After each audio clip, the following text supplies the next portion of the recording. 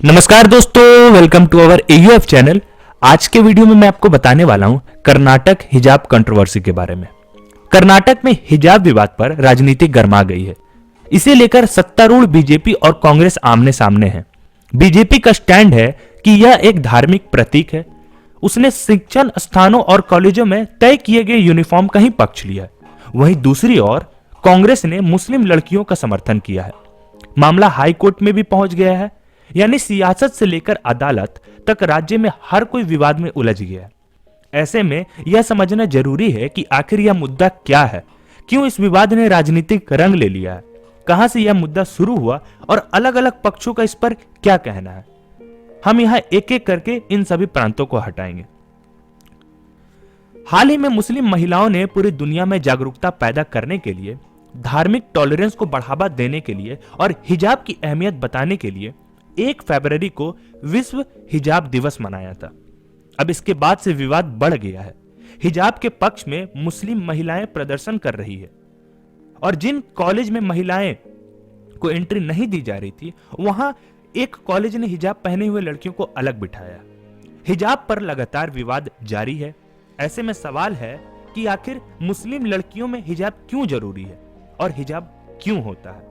साथ ही आपको बता दें कि हिजाब किस तरह से नकाब, बुर्का, दुपट्टे से अलग होता है। ऐसे में आज जानते हैं हिजाब से जुड़ी कुछ खास बातें और ये एक राजनीतिक मुद्दे में आखिर इशू क्या हो रहा है। तो चलिए वीडियो को स्टार्ट करते हैं।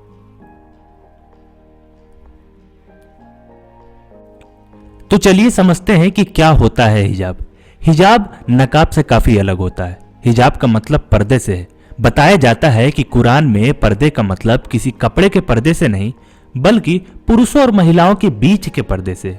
वहीं हिजाब में बालों को पूरी तरह से ढकना होता है, यानी हिजाब का मतलब सिर ढकने से है। हिजाब में महिलाएं सिर्फ बालों को ही ढकती है। किसी भी कपड़े से महिलाओं का सिर गर्दन ढके होना ही असल में हिजाब कहा जाता है, लेकिन महिला का चेहरा नहीं दिखता है। फिर क्या होता है बुर्का और नकाब। बुर्का एक चोली की तरह होता है जिसमें महिलाओं का शरीर पूरी तरह से ढका होता है। इसमें सिर से लेकर पांव तक पूरा शरीर ढकने के साथ आंखों पर एक पर्दा किया जा सकता है।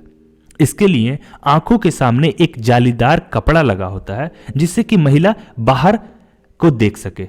इसमें महिला के शरीर का कोई भी अंग दिखाई नहीं देता है। कई देशों में इसे अबाया भी कहा जाता है। नकाब एक तरह से कपड़े का पर्दा होता है जो सिर और चेहरों पर लगा होता है। इसमें महिला का चेहरा भी नजर नहीं आता है, लेकिन नकाब में आंखें कवर नहीं होती है, हालांकि चेहरे पर यह बंधा होता है। आपकी जानकारी के लिए बता दें कि यह सारा विवाद इस साल जनवरी में तब शुरू हुआ था जब उडुपी के एक सरकारी महाविश्वविद्यालय में 6 छात्राओं ने हिजाब पहनकर कॉलेज में एंट्री ली थी। यह सब तब किया गया था जब कॉलेज प्रशासन ने इसकी मंजूरी नहीं दी थी, लेकिन फिर भी ये ट्रेंड चलता गया और दूसरे कॉलेजों में भी छात्राओं ऐसे ही हिजाब पहनकर आने लगी। फिर उस प्रदर्शन का जवाब देने के लिए कुछ छात्राओं ने भगवा स्कार्फ डालना शुरू कर दिया। यहीं से सारा विवाद बिगड़ना शुरू हो गया और उसमें राजनीतिक दस्तक दी गई। क्या है पूरा विवाद? कर्नाटक में हिजाब का विवाद दिसंबर 2021 में एक कॉलेज से शुरू हुआ था। जब एक कॉलेज में क्लास के भीतर हिजाब पहनने के लिए मना कर दिया था, इस पर 8 मुस्लिम छात्राओं ने विरोध किया और कहा कि कॉलेज उन्हें हिजाब पहनने से नहीं रोक सकता क्योंकि ये उनकी धार्मिक स्वतंत्रता है। इसके बाद हिजाब के विरोध में कुछ बच्चों ने भगवा गमछे या शॉल पहनने शुरू कर दिए, जिससे विवाद और बढ़ गया। इसके बाद यह विवाद कई अन्य कॉलेज में शुरू हो गया। हाल ही में कुछ कॉलेज ने छुट्टी करके इसका हल निकाला तो एक कॉलेज में हिजाब पहनी लड़कियों को अलग बिठा दिया गया। वहीं इस मामले को लेकर लगातार विरोध प्रदर्शन भी जारी है। मुस्लिम छात्राओं का कहना है कि वह पहले से हिजाब पहन पढ़ाई करती आ रही है। पहले कभी इस पर कोई विवाद नहीं हुआ था। यहां तक कहा गया है कि उनके घर की दूसरी महिलाओं ने भी ऐसे ही पढ़ाई की है, लेकिन अब हिजाब पर क्यों बवाल किया जा रहा है? दूसरी तरफ एक पक्ष ऐसा है जो मानता है कि शिक्षा को यूनिफॉर्म से कोई लेना देना नहीं है और सभी को स्कूल में एक समान ही रहना चाहिए। इस विवाद पर बीजेपी के सीटी रवि ने कहा है कि स्कूलों में सिर्फ स्कूल यूनिफॉर्म ही अनिवार्य रहना चाहिए। कांग्रेस जानबूझकर छात्रों के बीच खाई पैदा करने का काम कर रही है। मेरी छात्रों से अपील है कि वे अपनी शिक्षा पर ध्यान दें। शिक्षा ही उनका भविष्य तय करेगी, कोई यूनिफॉर्म नहीं। लेकिन बीजेपी नेता से अलग सोचती है कांग्रेस विधायक कनीजा फतिमा।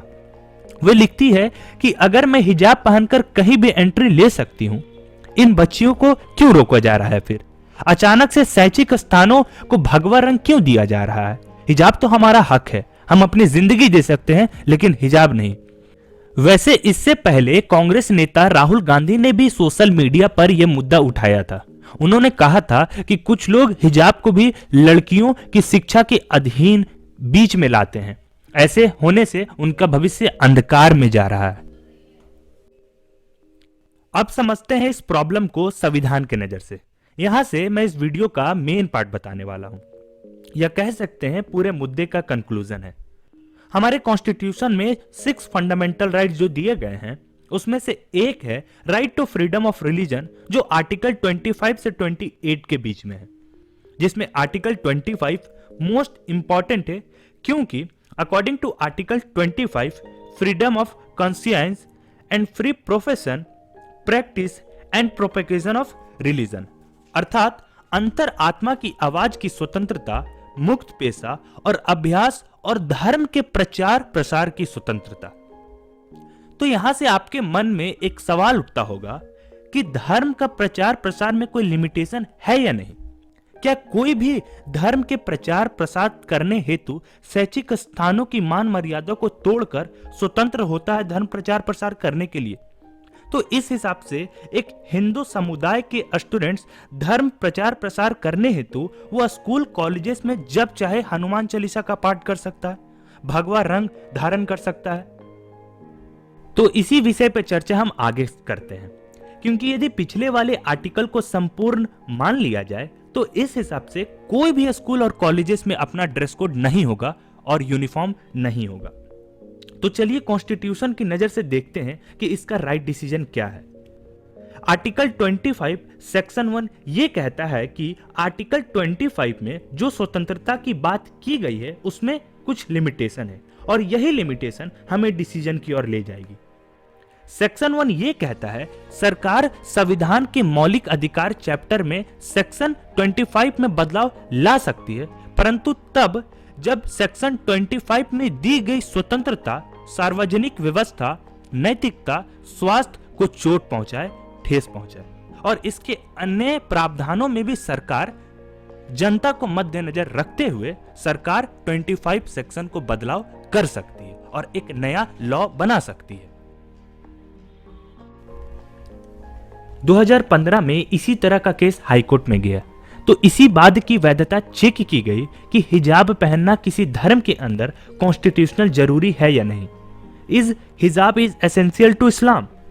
तो केरल के हाईकोर्ट ने इसी तर्क का सॉल्यूशन जानने के लिए उन्होंने टीचिंग ऑफ प्रोफेट मोहम्मद से कुरान और हदीस पढ़वाया, और पढ़ने के बाद कंक्लूजन ये निकल कर आया कि महिलाओं के द्वारा बॉडी को एक्सपोज करने पर प्रतिबंध है, और इसी कारण से हिजाब पहनना उनके लिए बेहद अनिवार्य है।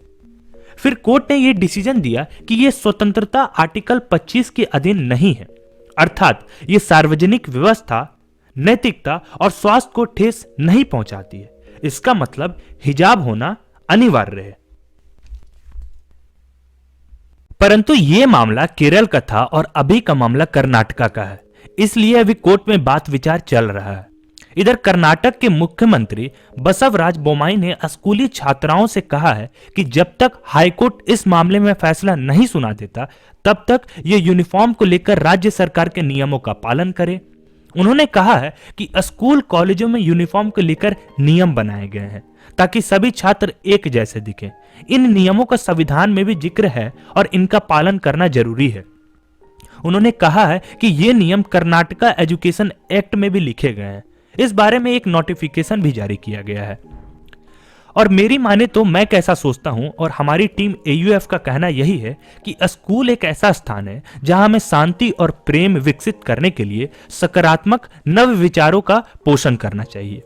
आपके कर्मों में ही धर्म आपके दिलों के अंदर होना चाहिए। पूरे भारत में सरकार को स्कूल यूनिफॉर्म के लिए एक कानून लाना चाहिए और सख्ती से पालन करना चाहिए। कम से कम ये एक ऐसा स्थान है जहां हर कोई एक केवल भारतीय के रूप में अपने आप को महसूस कर सके।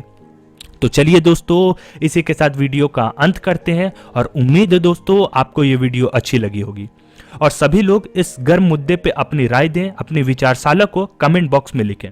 और one more request to all you कि किसी भी धर्म के प्रति गलत शब्दों का प्रयोग ना करें। Please keep the comment respectful and civil.